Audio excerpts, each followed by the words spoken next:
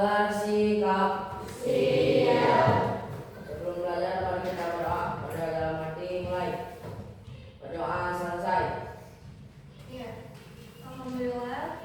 Hari ini Ibu absen dulu ya. Sandy, Hadir Bu. Farhan, Cynthia, Riani. Oke. Selanjutnya sebelum kita memulai pembelajaran untuk menumbuhkan rasa cinta tanah air, alangkah lebih baiknya kita menyanyikan lagu wajib nasional. Salah satunya boleh dipimpin oleh siapa? Oleh Dewi? Boleh dipimpin ke depan ya?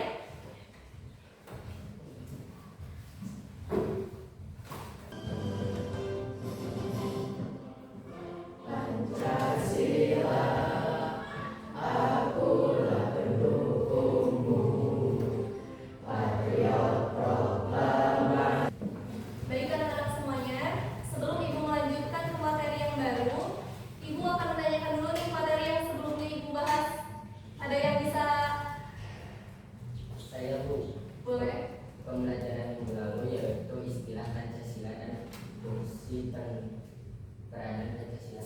Ya, betul sekali. Materi minggu lalu itu tentang fungsi Pancasila ya. Jadi Pancasila itu berasal dari bahasa Sanskerta, yaitu panca berarti 5, sila berarti asas atau prinsip. Jadi Pancasila sendiri itu sudah ada pada abad ke-14. Jadi zaman dulu tuh bahasa Pancasila disebut juga sebagai bahasa Pancasila Krama. Nah, di sini di dalam Pancasila Krama, Ibu akan menanyakan nih, ada 5 larangan. Larangan apa saja kah itu? Ada yang bisa menjelaskan? Saya menyebutkan, boleh? Jadi, isi dari buku Sutasoma atau Pancasila Krama Pelaksanaan Kesusilaan yang berisi 5 larangan, yaitu dilarang melakukan kekerasan, dilarang mencuri, dilarang berjiwa dengki, dilarang berbohong, dan dilarang mabuk.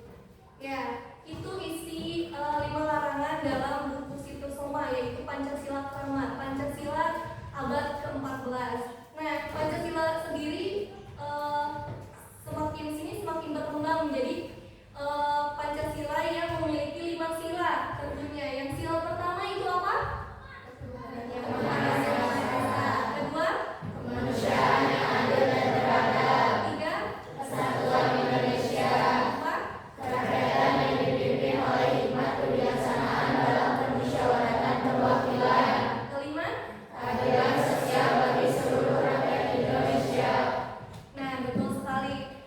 Secara umum Pancasila sendiri memiliki beberapa fungsi juga ya yang Ibu akan sebutkan. Itu fungsi Pancasila, yaitu yang pertama sebagai jiwa bangsa, yang kedua sebagai kepribadian bangsa, yang ketiga sebagai sumber dari segala sumber hukum, yang keempat sebagai perjanjian luhur, yang kelima sebagai cita-cita dan tujuan bangsa Indonesia, yang keenam satu-satunya asas dalam kehidupan berbangsa dan bernegara, dan yang terakhir sebagai moral pembangunan. Nah, itu ya materi yang sebelumnya kita bahas. Selanjutnya kita akan membahas tentang Pancasila sebagai dasar negara. Ya.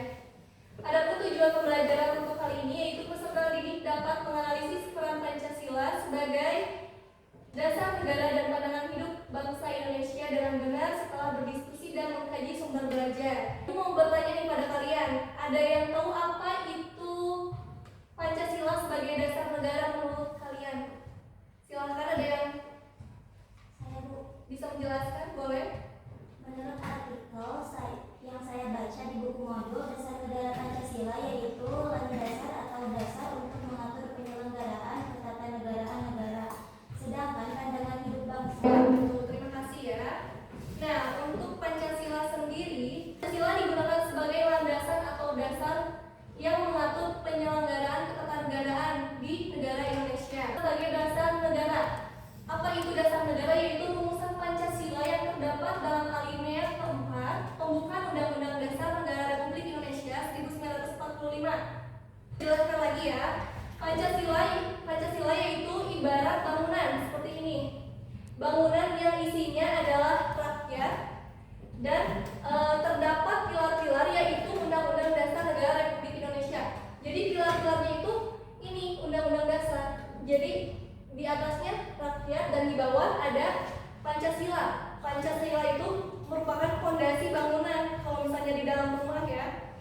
Jadi fondasi bangunan itu harus kokoh dan kuat. Jadi sama halnya dengan Pancasila, Pancasila itu harus kokoh dan kuat, dan kita itu harus bernegara sesuai sila-sila yang ada di Pancasila. Perilaku kita, keseharian kita harus sesuai dengan Pancasila ya. Buat selanjutnya kita akan fokus pada studi kasus perilaku penyimpangan dan nilai-nilai sila ya. Itu mohon dipahami sebelumnya.